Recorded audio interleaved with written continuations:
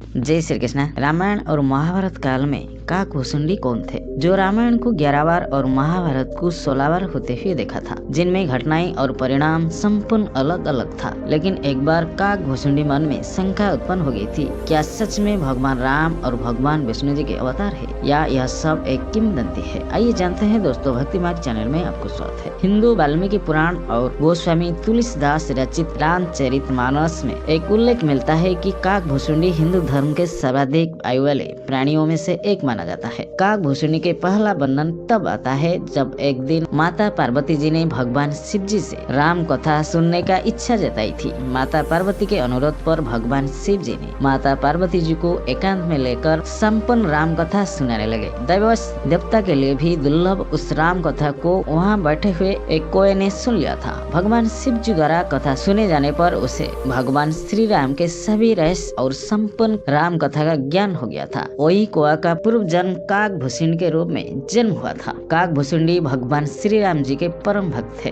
काकभूषुंडी को पूर्व जन्म में भगवान शिव जी के मुख से सुनी वह राम कथा पूरी की पूरी याद थी। उन्होंने हर दिन एक वृक्ष के नीचे बैठकर राम कथा का वचन करते थे। उस राम कथा को सुनने के लिए मुनि ऋषि और विद्वान पंडित लोग बहुत दूर दूर से आते थे और प्यार से सुनते थे। उनके राम कथा में इतने आकर्षण था, एक दिन स्वयं भगवान शिव जी भी काकभूषुंडी के मुख से राम कथा सुनने के लिए एक हंस के रूप में उस वृक्ष के पास पहुंच गए थे। काकभूषुंडी के मुख से भगवान राम जी की कथा सुनकर भगवान शिव जी अत्यंत प्रसन्न होकर उन्हें इच्छा मृत्यु का वरदान दे दिए थे, ताकि वह युग युग तक उसी प्रकार राम कथा सुनाते रहे। भगवान शिव जी कुछ दिनों तक उनसे वही राम कथा सुनते रहे जो उन्होंने स्वयं माता पार्वती जी को सुनाया था। कुछ दिनों के बाद भगवान शिव जी कैलाश लौट गए थे। कहा जाता है जो महान कथा स्वयं भगवान शिव जी के मुख से निकली हो उसे स्वयं शिव जी को सुनने का सौभाग्य केवल काकभूषुंडी को ही प्राप्त हुई थी। माना जाता है भगवान राम जी के जन्म से एक कप पहले उनका जन्म अयोध्या नगरी में एक शूद्र परिवार में हुआ था और वो केवल भगवान शिव जी के परम भक्त थे। भगवान शिव जी के अलावा अन्य देवताओं को वो निंदा करते थे। काकभूषुंडी एक बार उज्जैन चले गए और एक ब्राह्मण की सेवा कर अपने जीवन बिताने लगे। वो ब्राह्मण भी भगवान शिव जी के परम भक्त थे, किंतु वो सभी देवताओं को सम्मान करते थे। एक बार काकभूषुंडी ने भगवान शिव जी की तुलना रामायण से करते हुए भगवान विष्णु जी की निंदा कर दी थी। भगवान विष्णु श्रीहरि की निंदा सुनकर महारुद्र भगवान शिव जी अत्यंत क्रोधित हो गए और उन्होंने आकाशवाणी द्वारा काकभूषुंडी को धिक्कारते हुए कहा था, हे अधर्मी प्राणी, तू स्वयं को मेरा भक्ति करता है पर तुझे यह भी ज्ञान नहीं है हरि और हर में कोई भेद ही नहीं है। तूने नारायण की निंदा कर मेरी भक्ति को कलंकित किया है, इसलिए मैं तुझे श्राप देता हूँ, तो 1000 अधर्मी योनियों में जन्म लेकर भटकते रहे। भगवान विष्णु जी की रुद्र रूप देखकर काकभूषुंडी कांपते हुए दया की याचना करने लगे। तब ब्राह्मण देव ने भी कांपते हुए भगवान शिव जी से क्षमा करने की प्रार्थना की। इस पर भगवान शिव जी ने कहा कि मेरा श्राप तो व्यर्थ नहीं हो सकता, इसलिए मैं उसे 1000 योनि में जन्म लेना ही पड़ेंगे, लेकिन मैं इसे आशीर्वाद देता हूँ कि मृत्यु का जो कष्ट होता है वो ऐसे नहीं होगा, साथ ही उसे अपने प्रत्येक जन्म का स्मरण रहेगा और इसका ज्ञान कभी क्षीण नहीं होगा। वो अपने अंतिम जन्म में इससे भगवान श्री राम के अनन्य भक्ति प्राप्त होगी। फिर भगवान शिव जी के वचन के अनुसार काकभूषुंडी का सबसे पहला जन्म सर्प योनि में हुआ था। इसके बाद फिर जो भी योनि में जन्म हुआ उन्हें कष्ट मुक्ति मिल जाती थी। साथ ही भगवान शिव जी के आशीर्वाद के कारण उन्हें अपने पिछले सभी जन्मों का पूर्ण स्मरण रहता था। इसी प्रकार एक के बाद एक जन्म लेते रहे और आखिर 1000 जन्म में एक ब्राह्मण के रूप में जन्म हुए थे। वो ब्राह्मण के रूप में जन्म होने का बाद ज्ञान प्राप्ति के लिए महर्षि लोमस के आश्रम में पहुंच गए थे। जब महर्षि लोमस उन्हें ज्ञान की बात बताने लगे तो वो बातों बातों पर उन्हें टोकने लगे। इससे लोमस ऋषि को अच्छा नहीं लगा। वो इतना क्रोधित हो गए थे और कहा, तू बातों बातों पर मेरी बातों का मजाक उड़ा रहे है मूर्ख, तू बात बात पर मूर्ख की तरह कुआ कुआ करता है, तू तो मनुष्य होने का योग्य नहीं हो, इसलिए मैं तुम्हें श्राप देता हूँ, तू कुआ का जीवन व्यतीत कर। लोमस ऋषि के श्राप के कारण काकभूषुंडी तत्पश्चात एक कुआ बन गए थे। यह देखकर लोमस ऋषि अत्यंत दुखी हो गए थे और उनका क्रोध जब शांत हो गया और पश्चाताप करने लगे, तब काऊ रूपी काकभूषुंडी ने कहा, हे गुरुदेव, आप कृपया दुखी ना हो, आप जैसा महात्मा का श्राप भी वरदान जैसा होती है, मुझे विश्वास है कि आपका श्राप भी मेरे लिए वरदान होगा। यह कहकर काकभूषुंडी ने महर्षि लोमस ऋषि को राम कथा सुनाने लगे। काक रूपी काकभूषुंडी के मुख से राम कथा सुनकर लोमस ऋषि बहुत बड़े प्रसन्न हो गए और उन्हें इच्छा मृत्यु का वरदान दे दिए थे। साथ साथ उन्होंने उन्हें दिव्य राम मंत्र भी दे दिए। दिव्य राम मंत्र प्राप्त करने के बाद काक भुसुंडी को काक रूप में बहुत प्रेम हो गया था और इसे काक रूप में हर दिन राम कथा सुनाने लगे। इनका द्वारा कहा गया रामायण को काक भुसुंडी रामायण के नाम से जाना जाता है। काक भुसुंडी हिंदू धर्म के सर्वाधिक आयु वाले प्राणियों में से एक माना जाता है कि काक भुसुंडी ने रामायण को 11 बार और महाभारत को 16 बार होते हुए देखा था, जिसे घटना और परिणाम संपूर्ण अलग अलग थे। रामायण में एक उल्लेख मिलता है कि जब भगवान विष्णु जी के वाहन गरुड़ देव को भगवान राम जी के विष्णु अवतार होने पर संदेह हो गया था। वो कथा तब आता है जब भगवान राम जी की सेनाओं ने लंका पर आक्रमण किया था और उनके नेतृत्व में वानर की सेनाओं ने रावण के कई महारथियों को वध कर दिया था और रावण के भाई कुंभकर्ण को भी भगवान राम जी के हाथों वध हो गया था। तब लंकापति रावण ने स्वयं युद्ध करने की आगे बढ़ रहे थे। तब उनके पुत्र मेघनाद ने पिता को रोकते हुए कहा था कि जब तक वो जिंदा है तब तक आप राजा होते हुए युद्ध में नहीं जाना चाहिए। मेघनाद एक महान और शक्तिशाली योद्धा थे। उनकी गिनती एकमात्र अति महारथी में की जाती थी।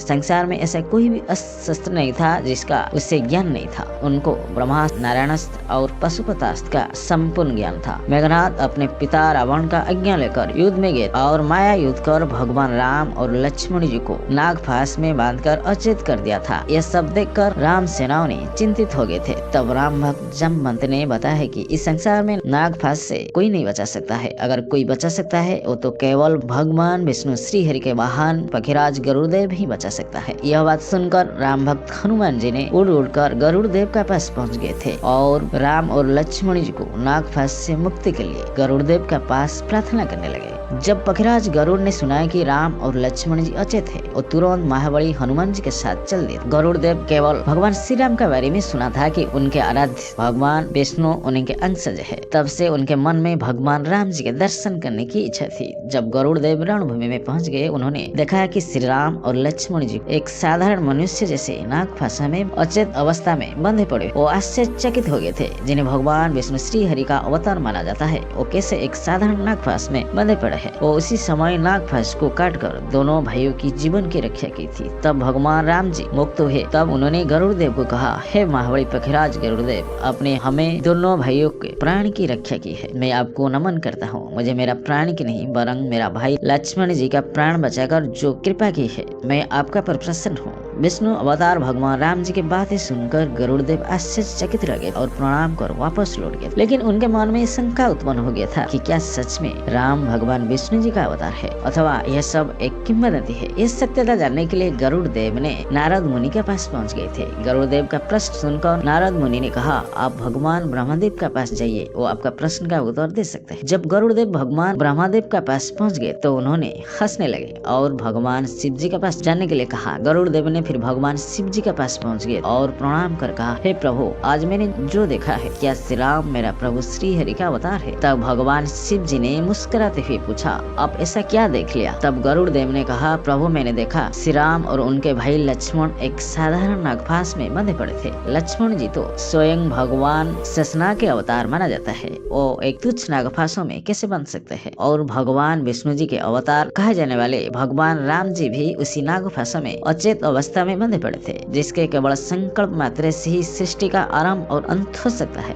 उसी को भगवान विष्णु जी का अवतार कहे जाने वाले भगवान राम मेरे जैसे छोटी सी प्राणी को सहायता क्यों करनी पड़ी थी? इसी कारण मैं सोच में पड़ गया हूँ, कृपा करके मेरा संदेह दूर करे। फिर भगवान शिव जी ने पूछा, इस बारे में भगवान ब्रह्मदेव ने क्या कहा? उस पर गरुड़देव ने कहा, परमपिता ब्रह्मदेव ने मेरा प्रश्न सुनकर कुछ नहीं कहा, वरन हंस हंस कर आपके पास जाने के लिए कहा। तब भगवान शिव जी ने कहा, हे पखीराज गरुड़देव, उन्होंने इसलिए कुछ उत्तर नहीं दिया क्योंकि यह उत्तर देने वाले प्रश्न की योग्य नहीं है। भगवान राम पर संदेह करना स्वयं नारायण विष्णु श्री हरि पर संदेह करना बराबर होता है। तुम्हारे मन में जो भी प्रश्न है मैं जरूर समाधान कर सकता हूँ, किंतु मेरी इच्छा है तुम पृथ्वी पर जाओ और मेरे प्रिय भक्त काक भुसुंडी से मिलो। काक भुसुंडी ही आपके प्रश्न का उत्तर जरूर समाधान कर सकता है। भगवान शिव जी के बातें सुनकर पृथ्वी पर काक भुसुंडी के पास पहुँच गए थे, जहाँ पर काक भुसुंडी ने एक वृक्ष के नीचे भक्तों को राम कथा सुना रहे थे। बहुत सारे विद्वान पंडित लोग प्यार प्यार से राम कथा सुनने थे। गरुड़ देव वहाँ पर जाकर बैठकर राम कथा सुनने लगे। जब राम कथा समाप्त हुई तो काकभूषुंडी ने गरुड़ देव का तरफ देखा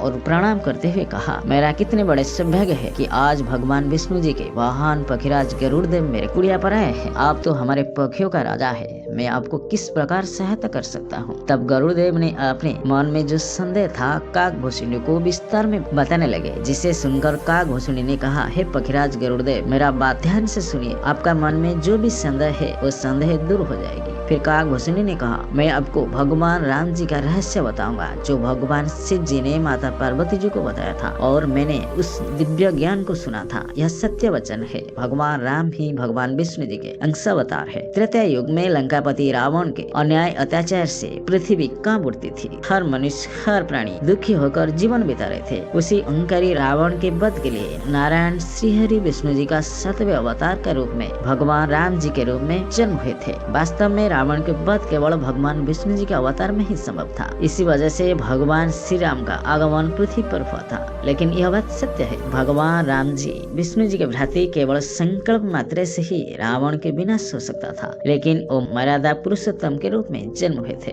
इसलिए पृथ्वी पर एक साधारण मनुष्य के रूप में हर गुण और अवगुण से युक्त है। फिर काकभूषुंडी ने कहा, हे देवराज गरुड़, आपका मन में जो संदेह हुई है, मुझे भी भगवान श्री राम का बाल बचपन में हुई थी। इसका निवारण के लिए मैंने बाल रूपी राम के रोटी के टुकड़े को लेकर उड़ गया था। तब बाल रूपी श्री राम ने मुझे पकड़ने के लिए अपने हाथों को ऐसे बढ़ाया था। मैंने उस रोटी के टुकड़े को लेकर तीनों लोकों में उड़ते रह गया, किंतु बाल रूपी भगवान श्री राम ने अपने हाथों को ऐसे बढ़ाया था, मैंने कहीं पर भी पीछा छोड़ न सका। तब उसी दिन से मुझे पूर्ण विश्वास हो गया था कि भगवान राम ही भगवान विष्णु जी का अवतार है। फिर आखिर में काकभूषुंडी ने कहा, हे गरुड़ देव, आप जो रणभूमि में अचेत अवस्था में देखा था वो उनकी एक लीला थी। उनके बिना इस संसार में एक पता भी नहीं हिलता। रही बात लक्ष्मण जी के, लक्ष्मण जी ही शेषनाग के अवतार है। लक्ष्मण जी भगवान विष्णु जी के प्रिय भक्त है। वो मानव रूप में अपने प्रभु श्री राम के सेवा में हमेशा व्यस्त है। काकभूषुंडी की बातें सुनकर पखीराज गरुड़ के मन में जो भी संदेह था वो धीरे धीरे संदेह दूर हो गया और भगवान श्री राम जी को स्मरण करके अपना गलती का